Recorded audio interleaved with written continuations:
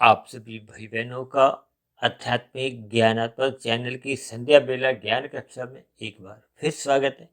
आज की चर्चा का विषय है सच्चाई की अनुभूति।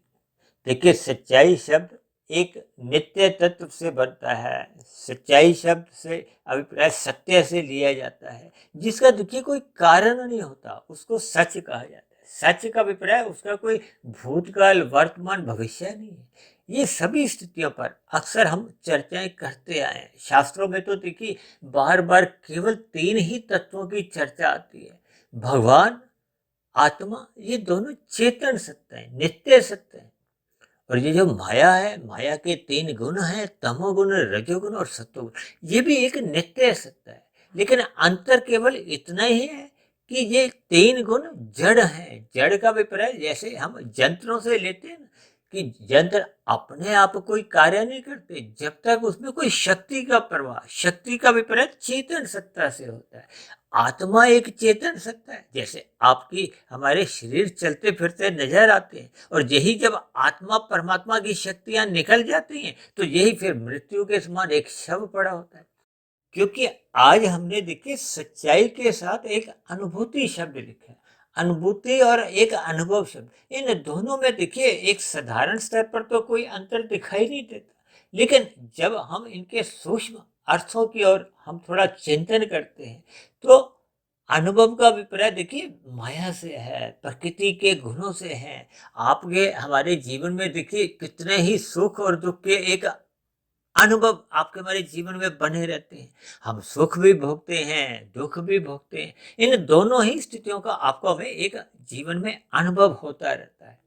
लेकिन जब जब हम परमात्मा के विषयों पर चिंतन करते हैं, अब परमात्मा तो देखिए आपको हमें प्रत्यक्ष रूप से कहीं भी एक नजर नहीं आता, क्योंकि परमात्मा के तो देखिए अलग अलग स्वरूप बताए गए हैं। सगुण साकार रूप में परमात्मा का स्वरूप एक आध्यात्मिक लोक में कहा गया है, जिनको अलग अलग अवतारों के रूप में इस भौतिक सृष्टि में महसूस किया गया, देखा गया। शास्त्र बताते हैं कि राम जी का जो एक त्रेता युग में अवतार था, इसी तरह द्वापर युग में भगवान श्री कृष्ण जी का अवतार, और ऐसे ही अवतारों की तो देखिए कितने ही स्थितियों का शास्त्रों में वर्णन आता है कि वो भी एक अवतार, ये भी अवतार। अवतारों का मुख्य उद्देश्य क्या होता है कि एक साधारण मनुष्य को परमात्मा की उस दिव्य शक्ति का, उस दिव्य गुणों का बोध कराना होता है।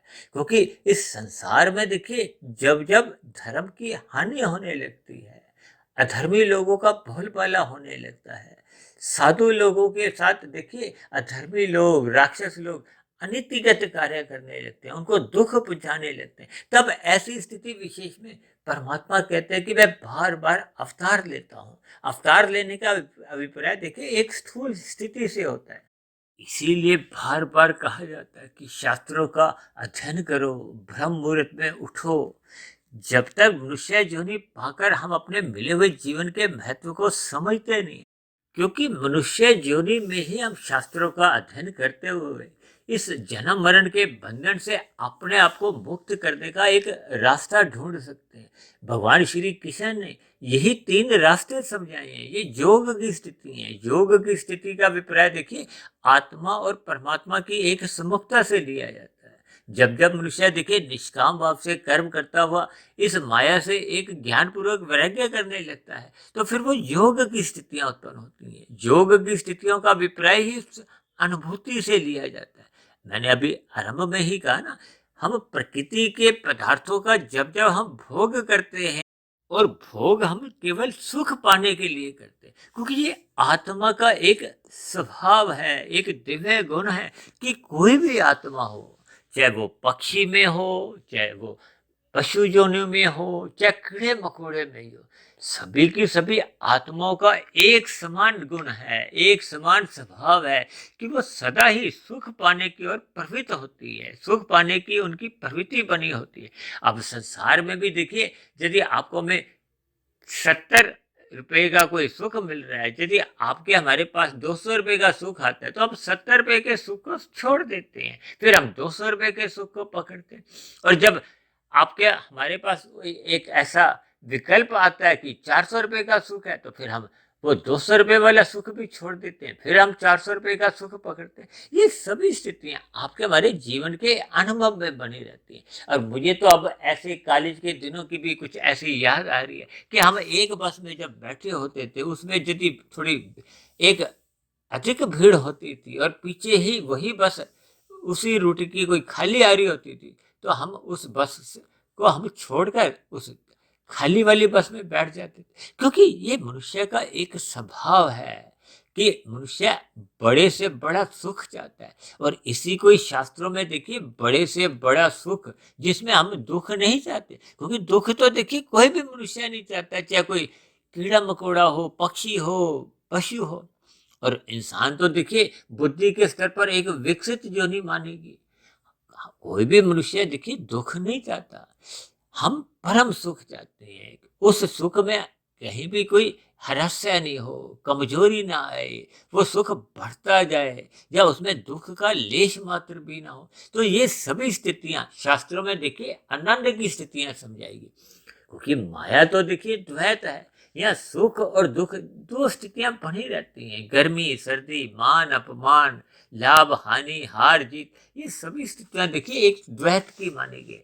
हालांकि मैंने कहा ना, प्रकृति के जो 3 गुण हैं, तमोगुण, रजोगुण और सत्वगुण, इनको भी नित्य कहा जाता है, इनको भी सच से ही जोड़ा जाता है। क्योंकि आज हमारा वीडियो का नाम ही क्या है, सच्चाई की अनुभूति। ये अनुभूति शब्द देखिए इन गुणों से नहीं लिया जाता, इन गुणों से इसलिए नहीं लिया जाता क्योंकि ये पदार्थ की दुनिया है। ये जो 3 गुण है, इनको भी एक यंत्रों से लिया जाता है। हाँ, इनके लक्षणों को हम इनकी एक अनुभूति कर सकते हैं। यानी कि स्थूल स्तर पर आपके हमारे अनुभव की स्थितियां बनती हैं, और जब जब हम सूक्ष्म स्तर पर स्थितियों पर विचार करते हैं, तो उस समय विशेष में आपको हमें एक अनुभूति होती है। ये चाहे आप कल्पना के आधार पर कहो, संवेदना के आधार पर कहो, किन्हीं भी शब्दों से आप इन बातों को समझ सकते हो। जैसे आपका हमारा 3 शरीर है, स्थूल शरीर, सूक्ष्म शरीर और कारण शरीर। देखिए स्थूल शरीर के स्तर पर तो आपके हमारे ये अनुभव होते रहते हैं, सुखों के भी और दुखों के भी। यानी कि प्रकृति में जैसी जैसी स्थितियां आपके हमारे समक्ष आती हैं, भले ही वो स्थितियां आपके हमारे कर्मों के आधार पर आपका हमें जीवन में अनुकूल स्थितियां परिस्थितियां मिलती हैं, तो उनको हम सुख कहते हैं। प्रतिकूल परिस्थितियां आती हैं, तो उनको हम दुख का नाम देते हैं। ये सुख और दुख आपके हमारे किए गए कर्मों का ही प्रभाव होता है। भले ही शास्त्रों में तो देखिए त्रिविध ताप का भी जिक्र आता है, क्योंकि ये जगत कहो या माया कहो, ये एक दुखालय है। आपको हमें अपने किए गए कर्मों के तो सुख दुख मिलते ही हैं, अन्य मनुष्यों के प्रभाव से भी आपको हमें दुख मिलते हैं। प्रकृति के वातावरण में विभिन्न प्रकार की भौगोलिक स्थितियां बदलती रहती हैं। कभी तूफान आ गया, कभी बाढ़ की स्थितियां आ गई, कभी सूखा की स्थिति और कभी भूकंप की स्थिति। अभी कुछ दिन पहले देखिए, एक तुर्की नामक देश में बहुत ही तीव्र गति पे एक भूकंप आया, जिससे तबाही हुई है। हालांकि शास्त्रों से अध्ययन करने से तो ये बोध होता है कि आपके हमारे जीवन में देखिए, अपने कर्मों द्वारा जो हमें सुख दुख मिलते हैं, वो तो एक विशेष महत्व रखते हैं। लेकिन जो अन्य मनुष्यों द्वारा, जो अन्य जीव जंतुओं द्वारा भी आपको हमें जो दुख मिलते हैं, उनको भौतिक ताप कहा जाता है, भौतिक दुख कहा जाता है। इसी तरह प्रकृति में जो अलग अलग स्थितियां बनती हैं, ये चाहे भूकंप की हो, इनको दैविक ताप कहा जाता है। हालांकि कर्म फल सिद्धांत के अनुसार किए गए कर्म का ही फल आना एक निश्चित स्थिति माना जाता है। इसलिए तो कर्म के साथ ही फल शब्द जुड़ा हुआ है, और इसको एक सिद्धांत रूप में कहा जाता है। सिद्धांत का अभिप्राय क्या है? जिसका वर्तमान, भूतकाल और भविष्य नहीं होता, ये एक नित्य स्थिति बनी रहती है। इसलिए तो बार बार कहा जाता है कि मनुष्य जीवन पाकर हमें ये जो जन्म मरण का जो एक बंधन है, जो कि दुखमय है, इस बंधन से ऊपर उठते हुए हमें आनंदमय स्थिति, जो कि परमात्मा की एक अनंत स्वरूप सत्ता से जोड़ा जाता है। क्योंकि परमात्मा एक अनंत स्वरूप सत्ता है, परमात्मा को ही सच्चिदानंद कहा जाता है। आनंद में देखिए ज्ञान भी रहता है, और ज्ञान सदा नित्य बना रहता है। आपका हमारा जो आत्मा का जो ज्ञान विज्ञान है, ये आपका हमारी एक नित्य सत्ता है। आत्मा को चेतन स्वरूप, ज्ञान स्वरूप कहा जाता है। ज्ञान का देखिए कोई वर्तमान भूत भविष्य नहीं होता। जो वर्तमान समय में आप और हम शास्त्रों को पढ़कर ज्ञान लेते हैं, यही ज्ञान देखिए सतयुग में था, यही द्वापर में, यही त्रेता में और यही वर्तमान युग में। यानी कि आध्यात्मिक ज्ञान हर क्षण नित्य बना रहता है। और इसी तरह ये जो प्रकृति के 3 गुण हैं, ये नित्य बने रहते हैं। इन 3 गुणों से जो 23 तत्वों का विस्तार होता है, जिसमें आपके हमारे कार्य शरीर, सूक्ष्म शरीर और स्थूल शरीर का एक निर्माण की स्थितियां बनती हैं, इनको अनित्य कहा जाता है। आत्मा और परमात्मा ये चेतन सत्ताएं, इन सभी स्थितियों का हमें सूक्ष्म स्तर पर एक अनुभूति करनी होती है। इसलिए तो बार बार कहा जाता है कि शास्त्रों का अध्ययन करो, मनन करो। ये सभी केवल और केवल मनुष्य योनि में ही संभव है, क्योंकि मनुष्य योनि को कर्म योनि के साथ साथ साधना योनि कहा गया है। साधना योनि का अभिप्राय है कि मनुष्य जन्म मरण का बंधन से मुक्ति पाता हुआ मोक्ष को प्राप्त हो सकता है। अब मोक्ष की स्थिति को हो, आनंद की स्थिति को, सब एक ही बात है। यानी कि जब मनुष्य जन्म मरण के बंधन से, ये जो स्थूल शरीर के जो बार बार के जो 84 लाख प्रकार के योनियों के बंधन है, इनसे वो मुक्ति पा जाता है और लंबे काल के लिए एक आनंदमय स्थिति में विचरण करता है। आनंदमय स्थिति का अभिप्राय क्या है कि आत्मा अपने आप में तो देखिए ज्ञान स्वरूप ही रहती है। जैसे लोहे के कण चुंबक के आकर्षण के साथ उनमें एक चुंबकीय गुण आ जाता है, ठीक उसी तरह आत्मा उस मोक्ष काल की अवधि में आनंदमय स्थिति में, यानी कि परमात्मा के समान ही आनंदमय स्थिति में, एक लंबे समय का एक आनंदमय स्थिति में विचरण करती है। तो ऐसी सभी स्थितियां का मनुष्य योनि में हम तभी एक अनुभूति कर सकते हैं जब हम शास्त्रों का अध्ययन करते हैं। ये प्रकृति के 3 गुणों का जो एक कर्मबद्ध तरीके से ज्ञान बताया गया, जिसको हम देखिए प्रतिदिन ही अपने स्थूल शरीर, सूक्ष्म शरीर और कार्य शरीर की स्थितियों से जोड़कर भी समझाते हैं। इन सभी स्थितियों की मनुष्य को अनुभूति करनी होती है। ये साधना करते करते मनुष्य की ये अनुभूति की स्थितियां बढ़ने लगती हैं। परमात्मा की आनंद की झलकों की उसको अनुभूति होने लगती है। ये तभी संभव होता है जब मनुष्य अपने आप को सत्वगुण में अधिक स्थित करता है, सात्विक स्थिति मजबूत करता है, अपने कार्य शरीर में जो तामसी या राशि जो मल रूपी संस्कार हैं, उनको समाप्त करता है। ये समाप्त करने का अभिप्राय क्या है कि मनुष्य परमात्मा का, आत्मा का एक सम्मुखता बनाता है। आत्मा की सम्मुखता परमात्मा की ओर बनने का कारण क्या है कि आत्मा एक ज्ञान स्वरूप है और आत्मा का सदा ही परमात्मा को पाने की एक इच्छा बनी रहती है, क्योंकि इन्हें दोनों में एक सजातीय संबंध है। जैसे आपके हमारे स्थूल शरीर माया के बने हैं, उसकी 5 भोग्य विषयों की ओर सहज ही रुचि बनी रहती है, क्योंकि शास्त्रों में ही कहा गया है कि इस स्थूल शरीर को विषय भोगों से हटाना है। ये इंद्रिय दोष है और ये दोष तभी हट पाता है जब मनुष्य सत्संग करता है, सात्विक स्थिति अपनी मजबूत करता है। तो इन सभी स्थितियों का मनुष्य को अपने ज्ञान के स्तर पर इन स्थितियों पर चिंतन करना होता है। इसलिए तो बार बार कहा जाता है सत्संग करो, सत्संग करो, ब्रह्म मुहूर्त में उठो, क्योंकि ब्रह्म मुहूर्त में सात्विक स्थिति एक मजबूत स्तर पर होती है।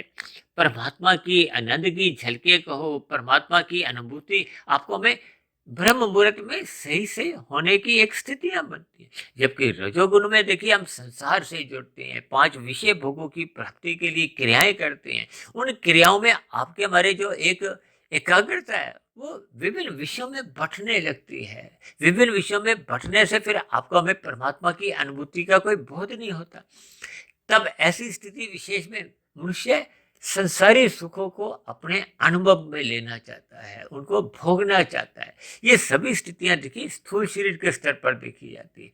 इसलिए मेरी आप सभी भाई बहनों से विनती है कि मिले हुए जीवन में हम जितना जितना पदार्थों को संग केवल अपने स्थूल शरीर की अवस्थाओं तक ही रखें और परमात्मा का जितने जितने अंश में हम ध्यान लगाते हैं, तो फिर परमात्मा की कहो, आनंद की कहो, सच्चाई की कहो, मनुष्य को एक अनुभूति की स्थितियों का एक बोध होने लगता है। इस अनुभूति की स्थितियों को देखिए शब्दों में समझा पाना थोड़ा मुश्किल होता है। इसलिए मेरी आप सभी भाई बहनों से विनती है कि हम सभी भाई बहनों को मिले हुए जीवन में अपने स्थूल शरीर की अवस्थाओं तक ही पुरुषार्थ करना चाहिए। और शेष समय को जहाँ तक संभव हो सके हमें निष्काम भाव से कर्म करते हुए परमात्मा की ओर अपना ध्यान लगाना चाहिए, शास्त्रों को अध्ययन करना चाहिए। ये सभी स्थितियां जब आपके हमारे जीवन में एक संस्कार रूप में कारण शरीर में ज्ञान टिकने लगता है, तो फिर परमात्मा की झलके को हो, परमात्मा की आनंद की अनुभूति को वो सहज ही आपके हमारी एक अनुभव में आने लगती है।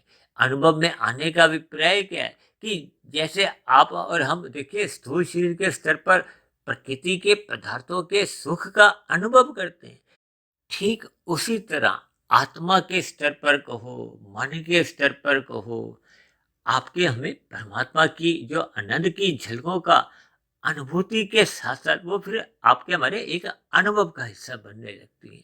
फिर परमात्मा का उस आनंद की स्थितियों की अनुभूति अनुभव होने पे फिर प्रकृति के विषय भोगों का उसका ज्ञानपूर्वक वैराग्य होने लगता है।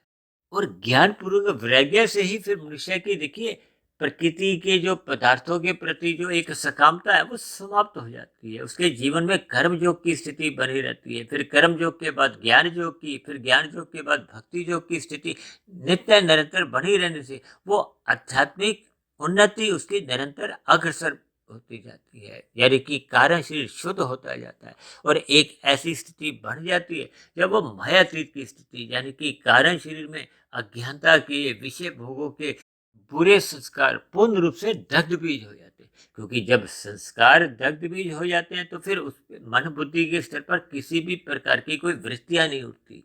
जब वृत्तियां नहीं उठती तो फिर मनुष्य के स्थूल शरीर के स्तर पर ज्ञानेंद्रियों द्वारा या कर्मेंद्रियों द्वारा नए पुरुषार्थ काम भाव से नहीं होते, और इसी तरह ज्ञानेंद्रियों द्वारा प्रकृति के विषय भोगों का रस पूर्वक भोग करने की इच्छा ही नहीं रहती। ऐसी सभी स्थितियां तभी बन पाती हैं जब मनुष्य नित्य निरंतर श्रद्धा पूर्वक सत्संग करता है, फिर किए गए सत्संग का मनन करता रहता है, परमात्मा का ध्यान लगाता है। कुल मिलाकर अपने कारण शरीर का हम जैसे जैसे शुद्धिकरण करने की दिशा में चलते जाते हैं, फिर उतने उतने अनुपात में आत्मा के ऊपर जो कारण शरीर के जो एक आवरण थे वो समाप्त होते जाते हैं। आत्मा अपने मूल स्वरूप पे लौट आती है और फिर परमात्मा की आनंद की झलकें कहो, अनुभूति कहो, वो सहज ही मिलने लगती है। तो ऐसी सभी शुभ स्थितियां आप सभी भाई बहनों के जीवन में भी बने, इन्हीं शुभकामनाओं के साथ चर्चा विशेष को यही विश्राम देते हैं। कल सुबह फिर मिलते हैं ब्रह्म मुहूर्त उपदेश कक्षा में। तब तक आप अपने आध्यात्मिक मित्र सुधीर भाटिया फकीर को इजाजत दें। आप सभी भाई बहनों को बहुत बहुत शुभ रात्रि, और सुबह ब्रह्म मुहूर्त में उठने के लिए, परमात्मा की अनुभूति करने के लिए मेरी ओर से आप सभी भाई बहनों को बहुत बहुत शुभकामनाएं। फिर भी चर्चा संबंधित आपके मन में कोई प्रश्न हो, कोई मेरी कही गई बातें आपको तर्क संगत सही नहीं लगती हो, तो आप नीचे दिए गए कमेंट्स बॉक्स पर जाकर अपने प्रश्न, अपने सुझाव या अपनी शिकायत भी लिख सकते हो। तो चर्चा विशेष को सुनने के लिए आप सभी भाई बहनों का बहुत बहुत धन्यवाद।